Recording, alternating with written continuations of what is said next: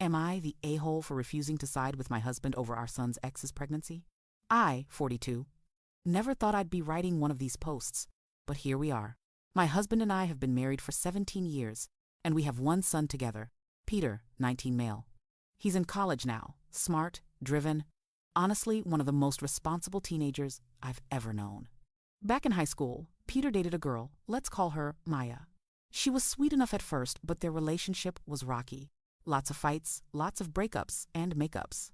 Eventually, Peter ended things for good about 6 months ago, saying he felt smothered and that she was too controlling.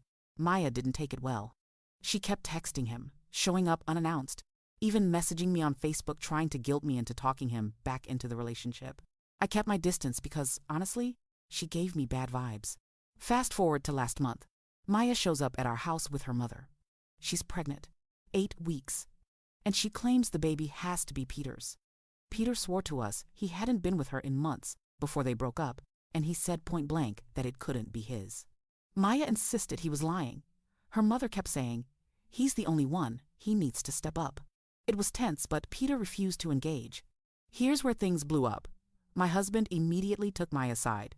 He told Peter he was being immature, that real men take responsibility, and that he was trying to weasel out of fatherhood.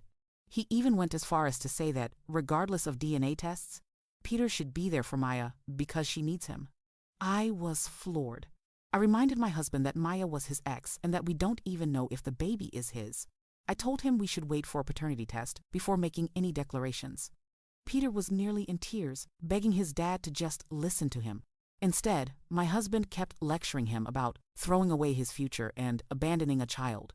After Maya left, Peter shut himself in his room. My husband turned on me, furious, saying I was enabling him and that I should have stood beside him in front of Maya. I told him no, because I believe our son. He's never lied to us about big things, and it's insane to demand he take responsibility for a baby that might not even be his. Now our house is a battlefield. Peter barely talks to his dad anymore. He comes to me for support, and I've promised him we'll pay for the paternity test when the time comes. My husband, meanwhile, keeps saying I've betrayed him by not siding with him in front of Maya. He insists that even if Peter isn't the father, we still have a moral duty to help Maya through this, because she's young and scared. Look, I have empathy for Maya. I don't want any young girl to go through pregnancy alone, but I don't think it's right to shove my son into a lifelong responsibility that may not even be his. My husband is acting like DNA doesn't matter, like Peter owes Maya his future just because she says so. We've had screaming matches about this. He accused me of being cold and anti-woman. I shot back that he's being reckless, trying to sacrifice his son's entire life for someone who isn't even part of our family anymore. At one point, Peter overheard and told his dad that if he kept pushing, he'd cut him off completely. That shut my husband up in the moment, but the tension hasn't gone away. Now I'm stuck in the middle. My son begging me not to let his dad railroad him.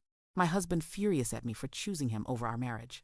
And yes, I'll admit it, I am choosing Peter because he's my child and I believe him. What would you do?